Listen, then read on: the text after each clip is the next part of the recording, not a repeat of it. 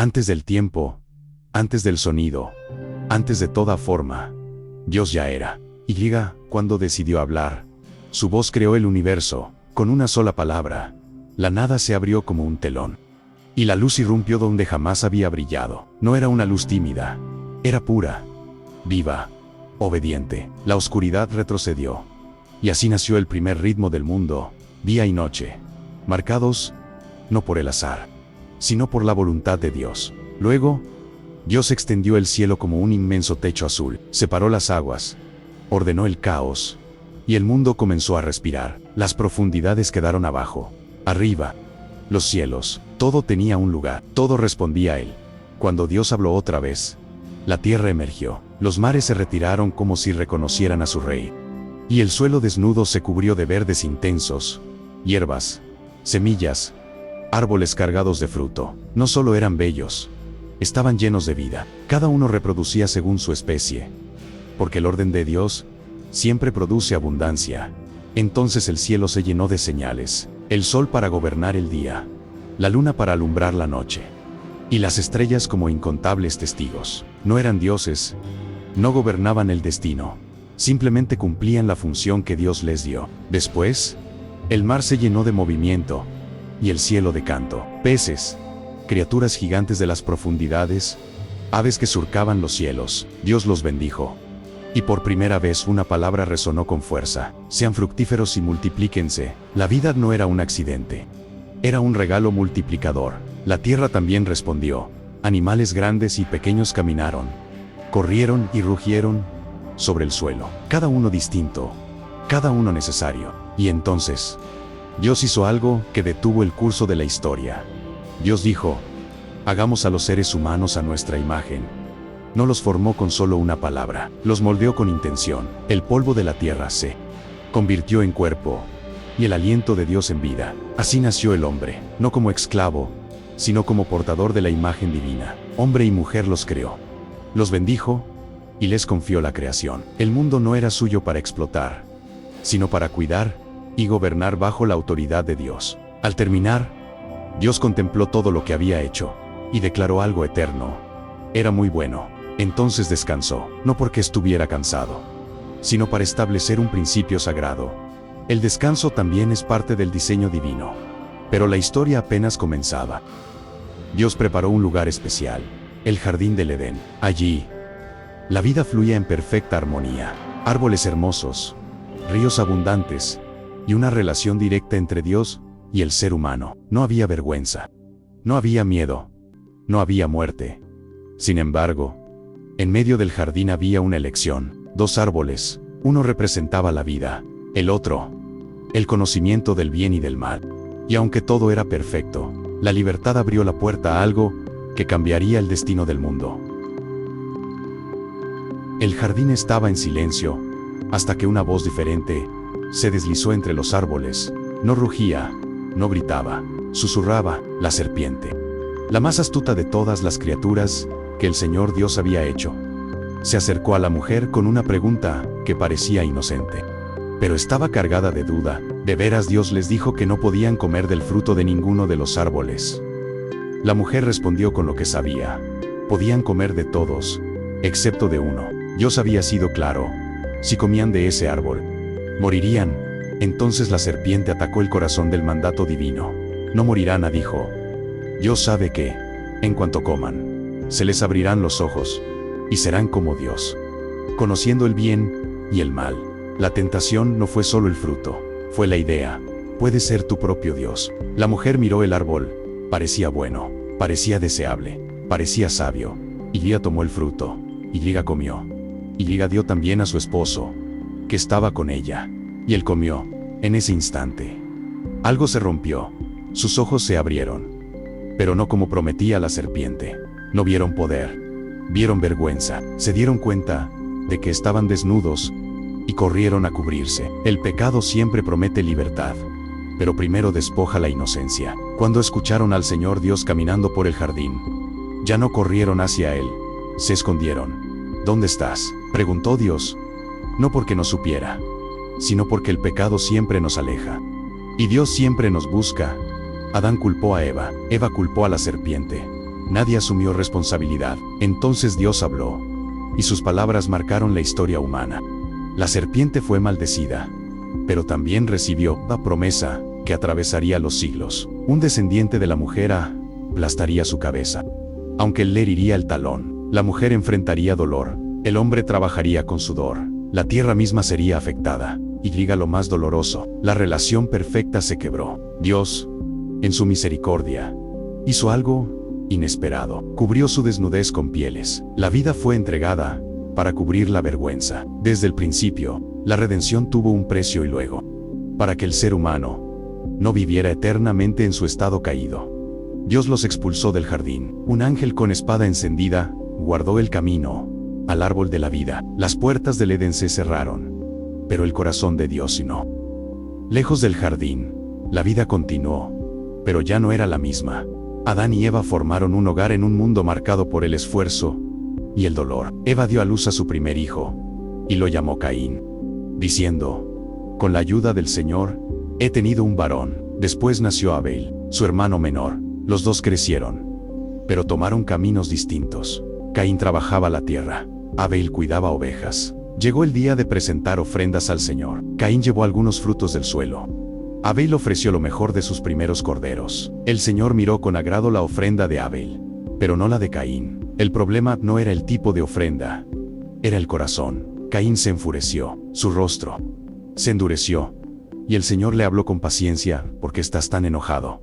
Si haces lo correcto, serás aceptado, pero si no, el pecado está a la puerta, ansioso por controlarte, aunque tú debes dominarlo. Caín fue confrontado con el peso de su pecado. La tierra ya no le daría fruto con facilidad. Sería un errante, un fugitivo. Caín temió morir a manos de otros, y aún así, Dios mostró misericordia. Le puso una marca para protegerlo. Caín se fue de la presencia del Señor. La violencia había entrado oficialmente a historia humana. Sin embargo, Dios no dejó que la esperanza muriera con Abel. Caín escuchó, pero no obedeció. Invitó a Abel al campo de allí, donde nadie más podía ver. Caín atacó a su propio hermano y lo mató. La primera muerte no fue un accidente, fue un asesinato. Y fue entre hermanos. Entonces el Señor habló otra vez: ¿dónde está tú, hermano Abel? No lo sé, respondió Caín. ¿Acaso soy yo el guardián de mi hermano? La respuesta de Dios fue firme y dolorosa: la sangre de tu hermano clama a mí desde la tierra. Eva dio a luz a otro hijo, y lo llamó Set, diciendo que Dios le había concedido un nuevo hijo en lugar de Abel. De Set nació una línea distinta, una generación donde comenzó a invocarse el nombre del Señor. La humanidad crecía, ciudades fueron fundadas, herramientas creadas, música y arte surgieron. Pero junto con el progreso, el corazón humano seguía inclinándose al mal. El pecado ya no era un susurro en un jardín, ahora gritaba en LOS Campos. Construía ciudades. Se transmitía de generación en generación. Y aunque Dios seguía dando vida, la maldad comenzaba a cubrir la tierra como una sombra creciente.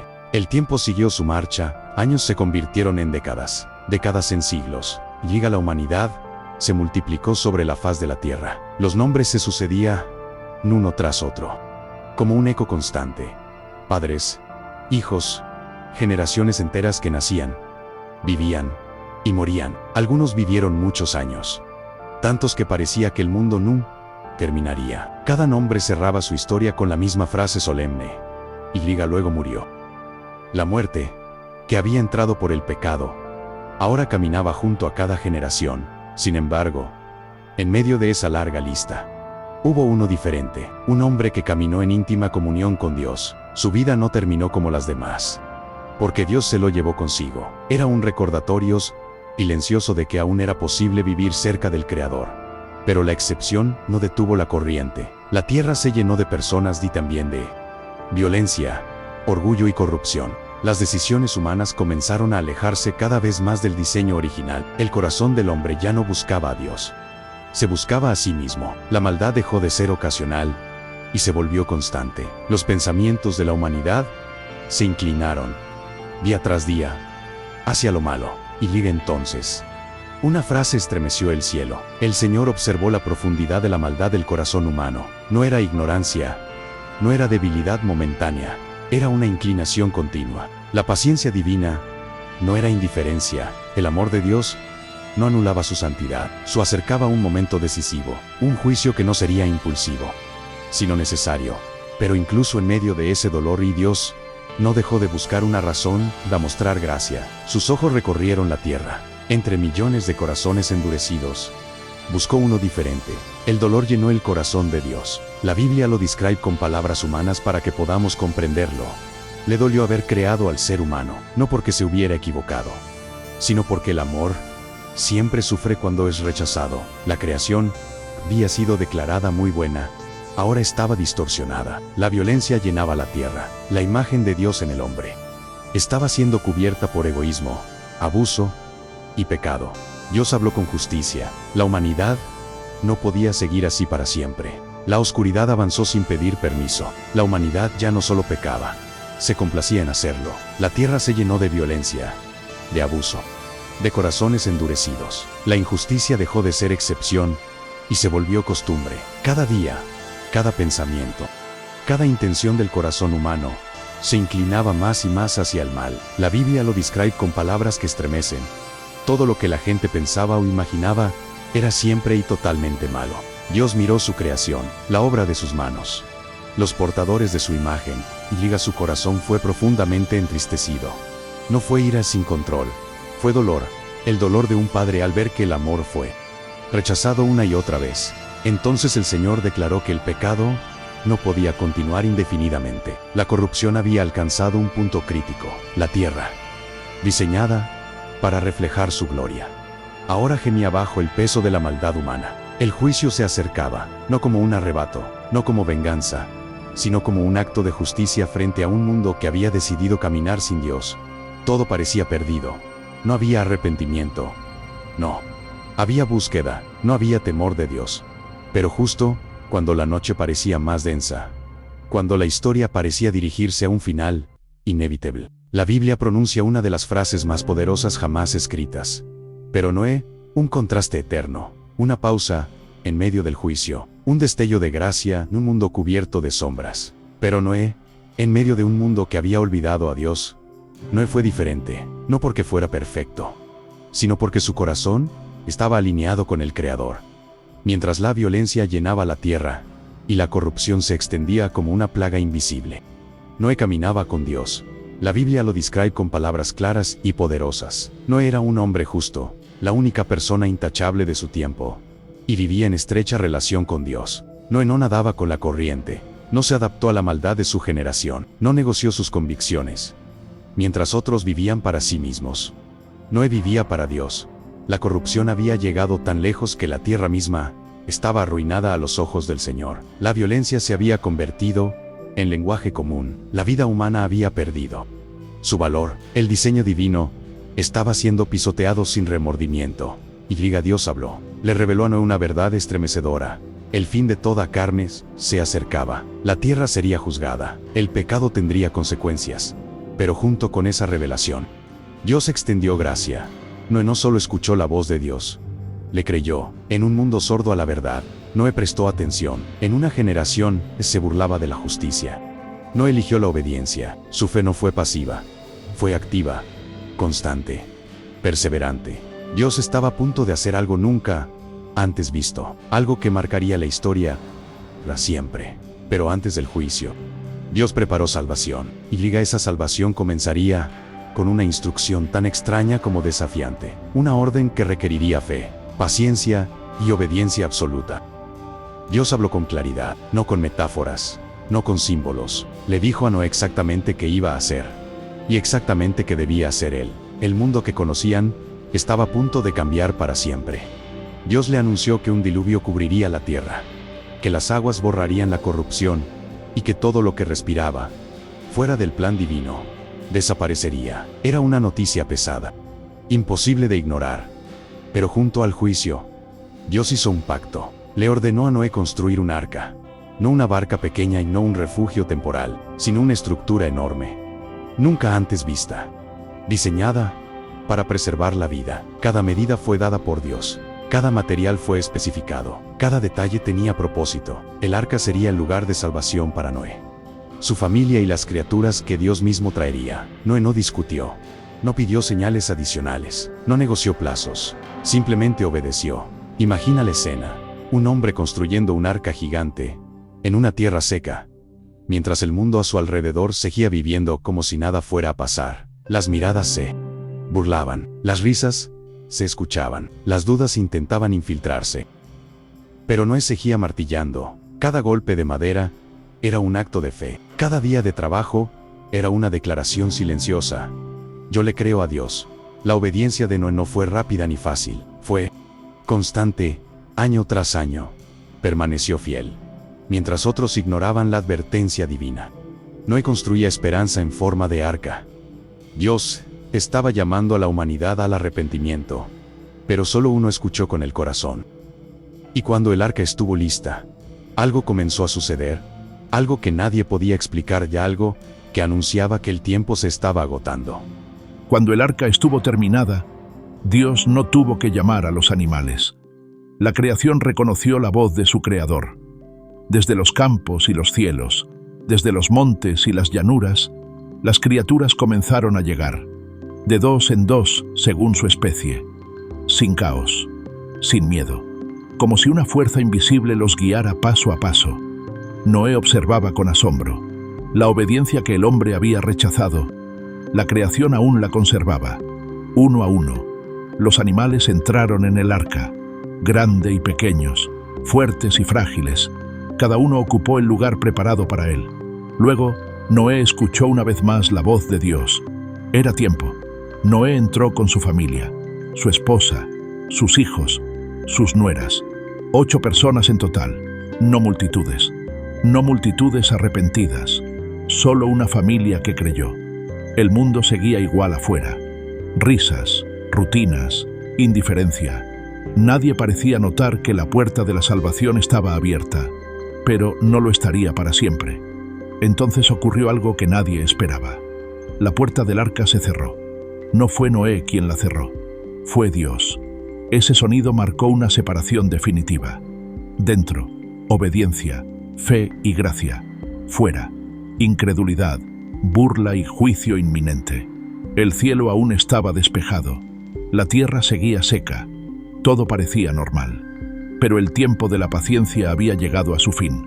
Y entonces sucedió. El cielo, que por siglos había contenido la lluvia, se abrió. La tierra, firme y confiable, se quebró. Las fuentes del gran abismo brotaron con fuerza, y las ventanas de los cielos se abrieron. El agua no cayó suavemente, irrumpió. Día tras día, noche tras noche, la lluvia no se detuvo. El mundo que conocían comenzó a desaparecer. Los ríos se desbordaron, los valles se llenaron, las montañas comenzaron a perderse bajo las aguas. Todo lo que parecía estable ya no lo era. Dentro del arca, Noé y su familia escuchaban el estruendo, el golpeteo incesante del agua contra la madera, el vaivén de la embarcación elevándose cada vez más. El arca ya no estaba sobre la tierra, flotaba. La misma creación que había sido formada con orden, ahora estaba siendo cubierta para ser renovada. El juicio no era caótico, era total. El agua siguió subiendo, cubrió casas, cubrió ciudades, cubrió montes. Todo lo que respiraba fuera del arca quedó en silencio. Pero el arca permanecía, no por su diseño humano, sino porque Dios mismo la sostenía. Cada tabla, cada unión, cada medida obedecida se convertía ahora en protección. La fe de Noé no lo había librado de la tormenta, pero sí lo había guardado en medio de ella. Durante días interminables, el mundo conocido dejó de existir bajo las aguas.